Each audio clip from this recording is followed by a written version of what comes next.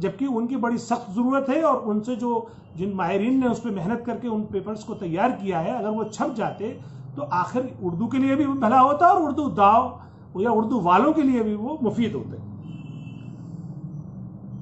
इसके अलावा जो उर्दू अकेडमी का मेन जो ख़ास जो नुमाया काम है कि वो उर्दू अदीबों, सहाफ़ियों और जो नई नई किताबें जो मुसन्नफ़ अपनी किताबें लिखते हैं उन पे इनामात दिए जाते हैं, उनको हौसला अफजाई की जाती है। वो भी 2 साल से इन्होंने अभी बंद की हुई। गेस्ट टीचर भी जो पिछली सरकारों ने, खासतौर से कांग्रेस सरकार ने इस उर्दू अकेडमी के साथ जुल्म किया था कि उर्दू अकेडमी को अपना काम ना करा करके एजुकेशन डिपार्टमेंट का काम कराया था।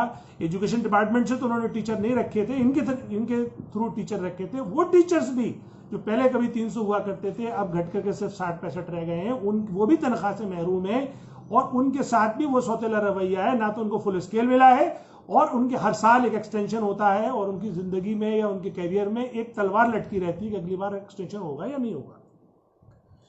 दूसरा, जो तमाम अदबी प्रोग्राम हैं वो सब रोक दिए गए हैं। दुनिया के सारे काम ऑनलाइन हो रहे हैं, सरकारें ऑनलाइन चल रही हैं, तमाम इंपॉर्टेंट प्रोग्राम्स ऑनलाइन हो रहे हैं। नहीं हो रहे हैं तो उर्दू अकेडमी, दिल्ली उर्दू अकेडमी के प्रोग्राम नहीं हो रहे हैं, जिसमें वो जो सेमिनार करते थे या सिम्पोजियम करते थे या मुशायरे करते थे, जिनसे कुछ अदीब, कुछ जो उनसे मुताल्लिकीन थे उनको भी एक उससे फ़ायदा होता था और उर्दू वाले उससे जो है वो मुस्तफ़ीद होते थे, वो नहीं हो पा रहे हैं। पता नहीं दिल्ली सरकार की क्या मंशा है कि आखिर उन्होंने ऑनलाइन परमिशन क्यों नहीं दी, जबकि ऑनलाइन सब कुछ हो रहा है तो दिल्ली उर्दू अकेडमी के काम ऑनलाइन क्यों नहीं हो सकते।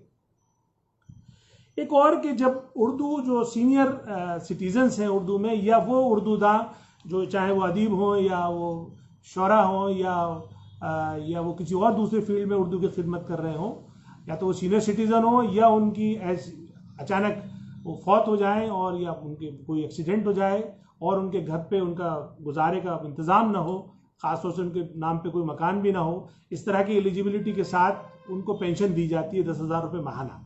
ये पिछले 3-4 साल से इसमें कोई इजाफा नहीं हुआ है और वही जो 25-30 लोग हैं या 20-25 लोग हैं उन्हीं को दी जा रही है। तो ऐसा क्यों आखिर? ये तो हमेशा इसकी ज़रूरत रहती है और ख़ासतौर से कोरोना में जो हादसे हुए हैं, बहुत सारे लोग हमें छोड़कर चले गए, तो आखिर उनकी पेंशन, उनकी बेवा को या उनके घर वालों को वो पेंशन, उसमें इजाफा किया जाए और अब तक नहीं किया गया है।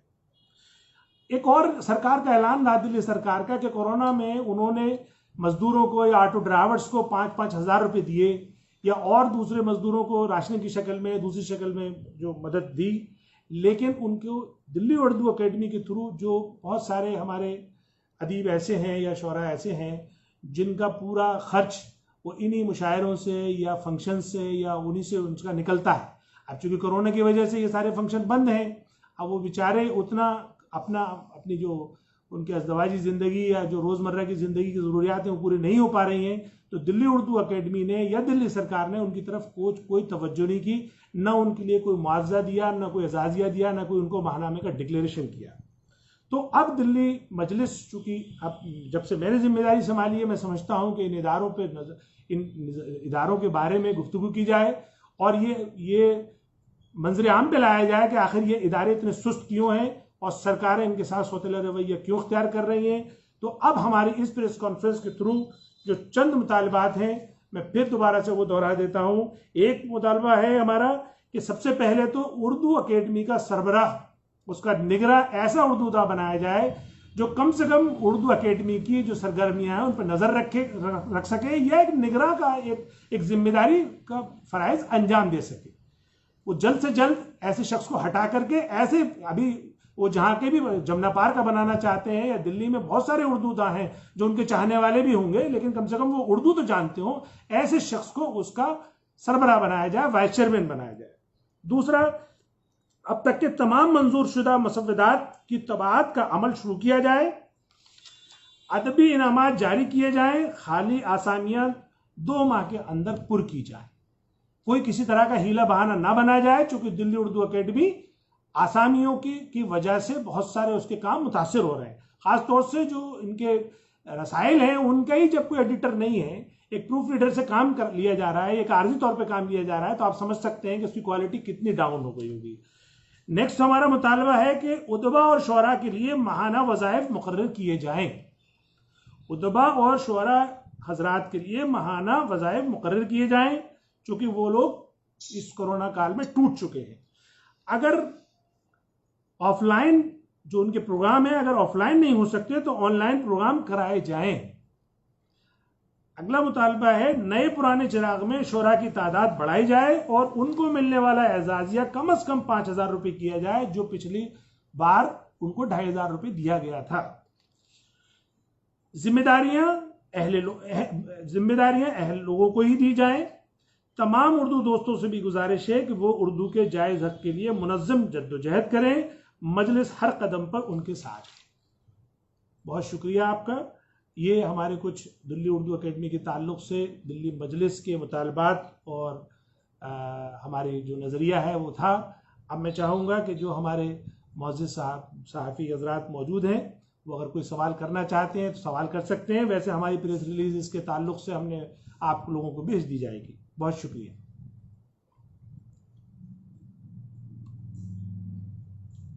कोई साहब अगर सवाल करना चाहे जी, और अगर कोई जी कलीमुल हफीज साहब जी, मैं कुछ कहना चाहता हूँ, अगर कोई साहब बोल रहा तो बताएं। नहीं जाफरी साहब आप फरमाइए, पहले आप फरमाइए।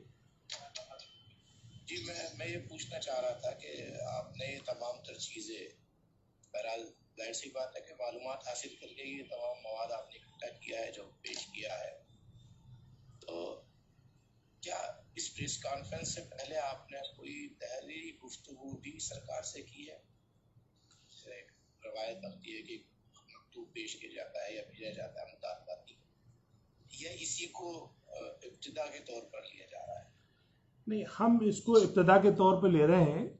अभी हमने कोई उनसे ख़त किताबत नहीं की है, क्योंकि वो जो उसके निगरां हैं, हम उनको उन्हीं पे हमारा सवाल है, वाइस चेयरमैन पे ही। तो ये हम एक्चुअली जो आज की प्रेस कॉन्फ्रेंस है वो दिल्ली सरकार से है जी। हाँ, हुकूमत से ही पूछ रहा हूँ मैंने चेयरमैन की बात नहीं कर रहा हूँ कि गवर्नमेंट को आपने लिखा है इससे पहले?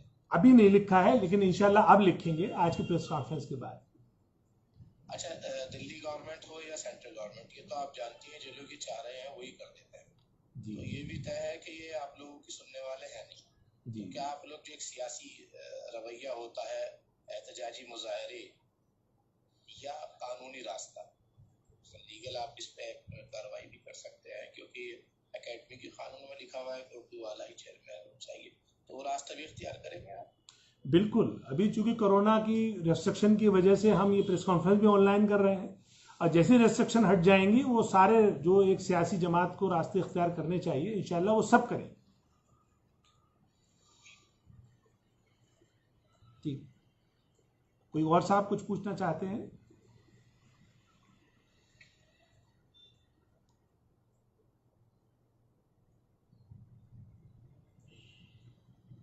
मेरी आवाज आ रही है आप तक?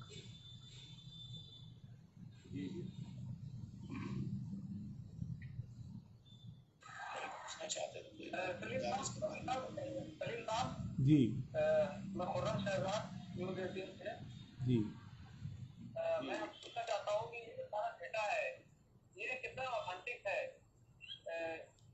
ये कितना ऑथेंटिक है? क्योंकि बजट की बात कर रहे हैं आप, उसको लेकर के क्या वाकई ये ऑथेंटिक डेटा है? जी हाँ, ये बिल्कुल ऑथेंटिक डाटा है। हमारे रिसर्च सेल ने रिसर्च करके बाकायदा ये मालूमात करके, और इसीलिए हम प्रेस कॉन्फ्रेंस कर रहे हैं पब्लिकली, कि हमने जो बातें जितनी रखी हैं, 2 साल से बजट नहीं आया है, 27 आसामियाँ खाली हैं, 163 मुसव्वदे जो मंजूरी के बाद मनाज़िर आम पर आने के मुंतज़िर हैं, ये और जो 20-25 लोगों को अभी तक सिर्फ 3 साल से जो पेंशन दी जा रही है उसमें इजाफा नहीं हुआ है, और 2,500 रुपये उनको दिया जाता था जो नए पुराने चिराग में जो उनको एजाजिया दिया गया उदबा को, वो उसको बढ़ाया जाए। ये सब तयशुदा है। अगर इसमें कुछ है तो इसलिए हम पब्लिकली चैलेंज कर रहे हैं। तो दिल्ली उर्दू अकेडमी, दिल्ली सरकार इसको बताएगी कि हम क्या, आखिर इसमें कौन सी चीज में उनको एतराज है। और मैं भी आपको बता दूं कि चेयरमैन के बन जाने, वाइस चेयरमैन के बन जाने के बाद अभी तक कोई ऑफिशियल सेक्रेटरी के साथ मीटिंग भी इन लोगों की नहीं हुई। हाँ, एक कल की खबर थी कि शायद कोई गवर्निंग काउंसिल उसको लिख रहे थे वो, कि गवर्निंग काउंसिल की मीटिंग हुई और उसमें वो जो दिल्ली सबऑर्डिनेट सिलेक्शन कमीशन ने वैकेंसी निकाली है उर्दू टीचर्स की, जो पिछले कई सालों से पेंडिंग है, उसकी एप्लीकेशन को बढ़वाने के लिए वो मीटिंग कर रहे हैं, जबकि वो दिल्ली उर्दू अकेडमी का उससे कोई रिलेशन भी नहीं है, वो डिपार्टमेंट ऑफ एजुकेशन का काम है। वो तो मामला ये है कि कुछ लोग इकट्ठे हो जाते हैं, चाय पीते थे तो उसी को मीटिंग कह देते हैं। ऑफिशियल मीटिंग उन लोगों की तब मानी जाएगी जब तक सेक्रेटरी खुद आके ना बैठे मीटिंग में। हाँ नहीं, जो गवर्निंग काउंसिल होती है उसमें एक्स ऑफिशियो होते हैं, मिनिस्ट्री ऑफ वो कल्चरल सेक्रेटरी होता है, फाइनेंस सेक्रेटरी होता है।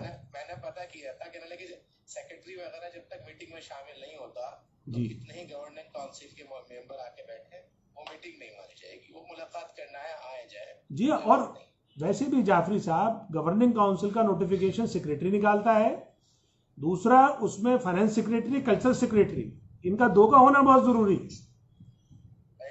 जी जी जी करीम साहब जी, मैं अशरफ बस्ती एशिया टाइम्स से जी बस मैं जानना चाह रहा था कि मैं जब ये जो वाइस चेयरमैन है नए वाले शाह मोहम्मद साहब, इनका जब इंस्टॉलेशन की डेट थी उस दिन इत्तेफाक से मैं उर्दू अकेडमी गया था जिस दिन उन्होंने चार्ज संभाला, और उस दिन हमने देखा कि वो दो जुमले उनके पास थे कि साहब मुझे उर्दू वाले जो कहेंगे उर्दू के हक में जो होगा वो मैं करूंगा, आप मुझे बताइए।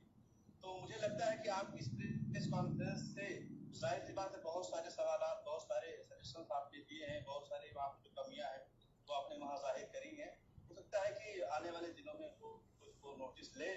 तो आप जो इस बार ये कह रहे हैं कि उर्दू नहीं जानते उनकी वजह से उर्दू का नुकसान हो रहा है, लेकिन इससे पहले जो लोग उर्दू जान रहे थे, जो यूनिवर्सिटियों के प्रोफेसर सरात थे, उन्होंने उनके दौर में भी ये कमियां होती रही, उनके स्टाफ खत्म होते रहे, सारी चीजें होती रही, मुसविदे तब से जमा है, 3 साल से जमा है। तो आप क्या कहेंगे, इनका क्या हिस्सा है अभी जो इन्होंने स्टाफ संभाला है? पीछे से जो लोग आते चले आए हैं उनका क्या हिस्सा रहा है, जो पढ़े लिखे लोग? जी देखिए, ये तो सभी सरकारों का मुतासबाना रवैया रहा। कांग्रेस ने भी ये हरकतें की कि सारे जो गैर जरूरी काम है वो सब दिल्ली उर्दू अकेडमी से करा दिए, यानी गेस्ट टीचर, ये बताइए, उर्दू अकेडमी से रखवा दिए। डिपार्टमेंट ऑफ एजुकेशन भी उनके पास था, चाहते तो वो उसके थ्रू भी रखवा सकते थे, लेकिन चूंकि उनकी प्रायोरिटी थी नहीं। दूसरा, इस सरकार ने भी रोज अफ्तार तो कराया तो उर्दू अकेडमी से, लेकिन जो उर्दू अकेडमी के जरूरी काम थे वो नहीं कराए। और ये भी बात सही है कि जो पुराने जितने वाइस चेयरमैन रहे हैं वो कोशिशें उन्होंने की, और वो कोशिश करके देते रहे सरकारों को, सरकार को मंजूर करके भेज भी दिया, लेकिन सरकार का कभी कान पे जू नहीं रहेंगी। और उसके साथ साथ किसी और जमात ने भी इसको मुद्दा नहीं बनाया। आज ये मजलिस जो सियासी जमात है आज इसको मुद्दा बना रही है, तो मैं समझता हूं जरूर सरकार पे दबाव आएगा, सरकार इस पर गौर करेगी और सरकार देखेगी कि क्या वाकई, चूंकि अब हम इसका कानूनी सहारा भी लेंगे, जैसे भी जाफरी साहब को मैं जवाब दे रहा था कि इसका हम उनके खिलाफ एहतजाज भी करेंगे, लेकिन इसके लिए हमें उर्दू वालों को सपोर्ट चाहिए। जब तक हमें उर्दू वाले सपोर्ट नहीं करेंगे, मजलिस भी आखिर अकेली क्या करे। तो पुराने लोगों ने भी कोशिशें की और काम नहीं हुआ, तो जाहिर बात है कि पुराने लोगों पे भी इसका इल्जाम जाता है, लेकिन नए शख्स पे तो डायरेक्ट है ना, नकद इल्जाम है। अच्छा, वो ये कह सकता है मैं उर्दू नहीं जानता। अब रसाइल, उनके जो जितने भी रिसाले हैं, अगर उसमें कुछ भी गलत बात छप जाए तो वो तो ये कह सकता है मैं तो जानते नहीं साहब उर्दू, और वो जो एडिटर है वो भी जो है वो आर्जी तौर पे है, तो लिहाजा उसको भी कुछ, उसकी भी जिम्मेदारी नहीं है। तो उर्दू जहां से, या कोई भी जबान जहां से महफूज रहती है या जहां से उसका फरोग होता है, वो उसके रसायल होते हैं, उसके प्रोग्राम होते हैं, उसके सेमिनार्स होते हैं। अब बताइए, जो गैर उर्दू था कैसे सेमिनार को हेड करेगा, कैसे सेमिनार ऑर्गेनाइज करेगा? क्या वो समझेगा कि अच्छी बात कही गई, बुरी बात कही गई? और फिर ये बहुत ही मखसूस तबका होता है। उर्दू के माहिरीन कोई मामूली लोग नहीं है, गैर मामूली लोग होते हैं, और उनके साथ ऐसे शख्स को मुसल्लत कर दिया जाए जो न जानता उर्दू, ये तो डायरेक्टली एक जालिमाना रवैया है। इसको तो आम आदमी भी कह देगा।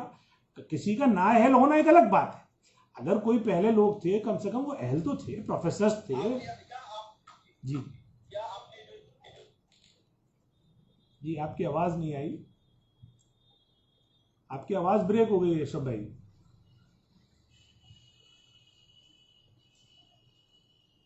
क्या वो आवाज आ रही? जी जी जी,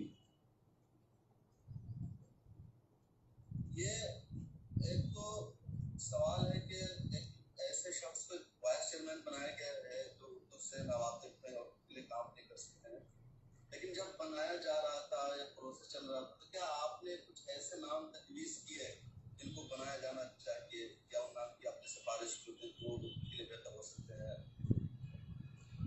देखिए, हमने कोई नाम उसमें उनको पेश नहीं किए, ना उन्होंने मांगे कभी हमसे, और ना उनको हमने नाम कोई पेश किया। ये तो सरकारों की जिम्मेदारी है, ख़ास तौर से अकेडमीज़ जो हैं ये एक्सक्लूसिवली लिटरेरी लोगों के लिए हैं, एक लिटरेचर, एक ज़बान के लिए कोई फ़रोग के लिए है। तो ये तो एक मामूली से मामूली इंसान भी समझ सकता है कि उसके लिए उसका अहल आदमी रखा जाए। और वैसे भी इन जनरल, चाहे आप कोई मेडिकल एसोसिएशन हो या कोई स्पोर्ट्स एसोसिएशन हो, तो आखिर अगर स्पोर्ट्स एसोसिएशन में स्पोर्ट्स का आदमी रखेंगे, मेडिकल एसोसिएशन में कोई मेडिकल डॉक्टर रखेंगे। ऐसी ही उर्दू अकेडमी है, इसका तो बाकायदा नाम भी उर्दू अकेडमी, इसमें तो उर्दू दाई रखेंगे। और ये नहीं रख करके, देखिए ये केजरीवाल का एक हठधर्मी वाला रवैया है। अक्सर उन्होंने इसका मुजाहरा किया, उन्होंने दिल्ली माइनॉरिटी कमीशन में भी ऐसे ही किया। कमीशन जैसे ऑर्गेनाइजेशन में उन्होंने उससे एक नाअहल शख्स को बिठा दिया, ऐसे ही उन्होंने और दूसरी कमेटियों में किया है।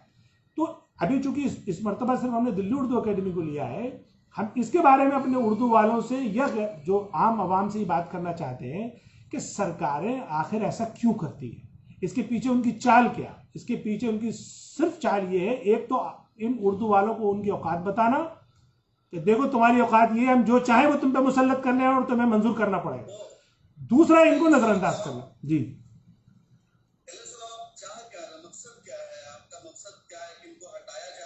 नहीं, हमारा देखिए,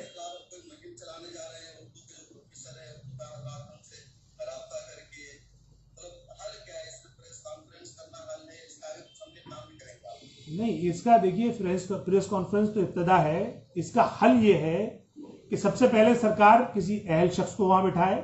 दूसरी बात, उस एकेडमी की जो अपनी ज़रूरियात हैं, जो आसामियां हैं, उनको पुर किया जाए, या जो उनके प्रोग्राम हैं, जो उर्दू एकेडमी जिसके लिए बनी है उसके लिए काम किया जाए।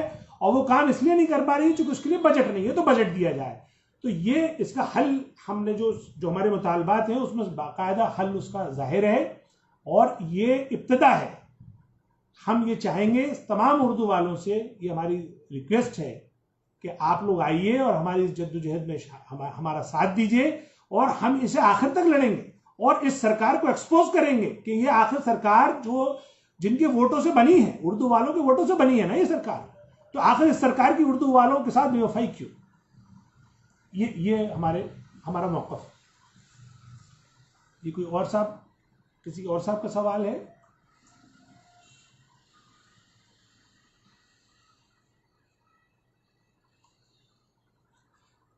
बहरहाल आप लोगों ने हमें वक्त दिया और आप लोगों ने हमारे इस छोटे से दावतनामे पे अपना कीमती वक्त निकाला और ज्वाइन की। हम आपको प्रेस रिलीज़ भी भेज देंगे, प्रेस नोट भी भेजेंगे, और हम ये उम्मीद करते हैं कि ये आज एक इब्तिदा है दिल्ली उर्दू अकेडमी के ताल्लुक़ से। इंशाअल्लाह इस जद्दोजहद को हम जारी रखेंगे, और दिल्ली सरकार से भी हम उम्मीद करेंगे कि वो हमारी इस प्रेस कॉन्फ्रेंस को सीरियस ले और जल्द से जल्द हमारे मुतालबात पर अमल करें। बहुत शुक्रिया। वाखिरु दावाना अल्हम्दुलिल्लाहि रब्बिल आलमीन। वस्सलामु अलैकुम व रहमतुल्लाह।